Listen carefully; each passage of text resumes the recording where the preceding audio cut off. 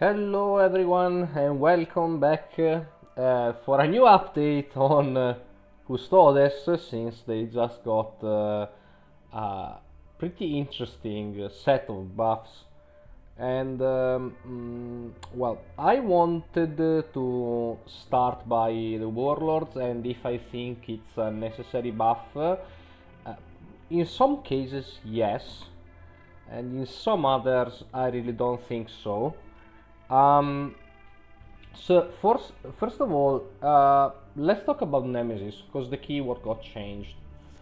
Now it works also with troop with equal attack, and this is going to be immensely helpful for some of the troops, especially like the ones in the higher range of attack, but also for some other troops I think now they are too good, maybe a little bit too good, because they were thought and balanced with higher attack in mind, and now it's just equal or higher, and in some cases like 4 and 5 attack is going to proc quite often, because like how am I supposed to do damage otherwise? uh, Unless you're playing solo war, though, of course. So let's talk about the warlords first. So, um, Ixion Hail, change to Golden Legion, now lowers the cost of all custodian in your hand by one. This purple card is busted. It's busted as fuck. It's so hilarious. I think like you just want to hero power turn one, maybe play this fucker right here, and then turn two you drop the Golden Legion, and you discount maybe 4 or 5 custodes, and you play above curve for like 5 turns and overwhelm your opponent with um, cheaper custodians that are actually very big. So I like the change. I don't think it was quite necessary, like to make it this strong. I think as it was before the first iteration of the card, which was lower the cost of all of the next custodes this turn, thing like that, in your hand by you two, still for the 0 energy. Like you have a very powerful turn, but that's it. Instead, in this way, like you have a lot of powerful turns, so I think Ixion is well, it's certainly improved by a lot. Like similarly, Amon now deals 2 damage with passive ability also to the Warlord. I still think he's the best of them. Like for my playstyle, I think he's the best, and he's a very strong warlord. Like also the change to Nemesis affects him too, because he gains attack based on the trigger of Nemesis. Um, so it will be pretty easy now to trigger Nemesis maybe a couple of times a turn, and in this case, like he gets +2/+0. If you have Bloodthirst, he has +3/+0 and Bloodthirst. That deals like 10 damage just like that. It's kind of crazy. Amon is kind of crazy, I think. Now, I will, I will for sure um, think that is like top 50 viable for sure. Maybe even top 10 viable, or War Master viable, because he's just very powerful. Like it's a shame that I don't have the cards to play him, but yeah, I think he's a very interesting warlord. Valdor got upgraded. Now you choose to draw or to give +1/+1 to adjacent units. Okay, sure, why not? The draw is always nice. Giving +1/+1 to adjacent is actually a pretty big buff. Uh, like makes Kalimakon so much worse, but anyway. And the reckoning now is lowered by 2 when you trigger exemplar, so you need 4 exemplar trigger to make it playable. And then the Emperor Spear now, it has exemplar, which means that you don't have custodes on the board for this to trigger, and it deals damage equal to the attack. Okay, Emperor Spear is okay, nothing crazy. The upgrade on the base Valdor is actually very, very strong, I think. And these are the two abilities. I don't know why these are here, but anyway. Then we have Rothrian Costor, right? Okay. Which is this card, which is now, before it was Nemesis, gain +2/+0, now is also Exemplar against +2/+0. So you can no longer ignore this card, because otherwise you are going to be smacked for 6, which is not true. So now I think this card is very playable. Like, make it in a way that it can't be ignored, and also they are always going to have a troop with 2 or more attack. So I think this card is now it's very playable. Like now it feels like an epic card. I think this will see play for sure in Amon, like aggro Amon, maybe also in Valdor, because if you play it turn 1, there is not, and you go first, there are not a lot of decks that can deal with 4 health troop to turn 1. So yeah, why not? Cool change. Then there is Agamotto's Jet Bikes, which apparently it gets changed, but I really don't know. Like it's listed in the changes, but I think it's the same as before. Then we have Dankanatori Sagittari. Oh, this one is big. So Sentinel Exemplar, you war gain +2/+0 until your next turn. I think this was better before, but now is way better with Valdor. But before, having +1/+0 to your warlord permanent was like a very nice buff to Amon, in order to trigger the first strike more easily. Now it's the same, but it only acts like damage is actually the same, but you have to trigger Exemplar first. So I think this card got nerfed. It's certainly better for Baldor. It's certainly worse for everyone else. So I don't know. This card I feel it's a weird change, but okay. Then we have Kikanatai Custodian. Now the ability costs 0. Yes, that's an amazing change. Very happy to see that.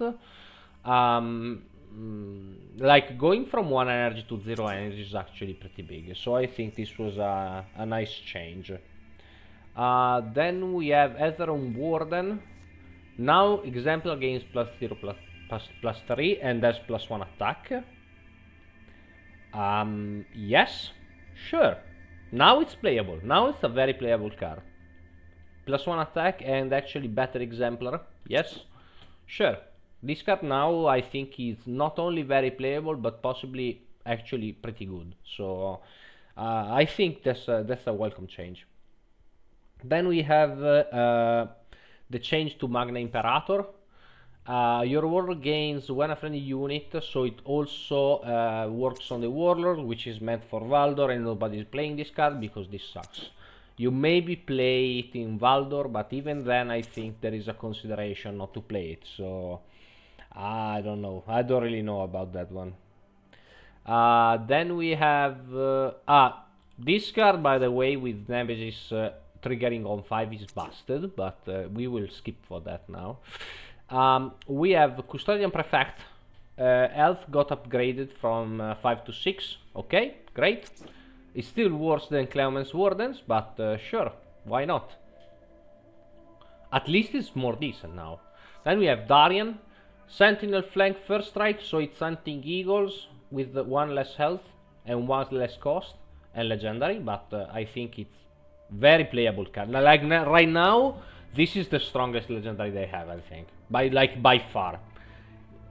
Not making the fact that it has to attack on the Nemesis makes all the difference. This card now is amazing. It's like Sanguinary Guard on steroids because comes in 2 turns earlier. Yes, it has Sentinel, but it won't survive until your turn, so you don't have to worry. Um, amazing, amazing card. Best legendaries they have. Then we have a change to Valdus Sodality. Deals 3 damage to a random enemy 2 times instead of before dealt 2 damage. I think this is playable in Valdor, surely. Maybe also in Ixion. I think it's okay. Not a great card. I would still play Cleoman's Warden over that, but not a bad card. Yieldy Sandil got changed. Now gives for Survivor 3 for 5 energy to Warlord and the Ancient. Okay.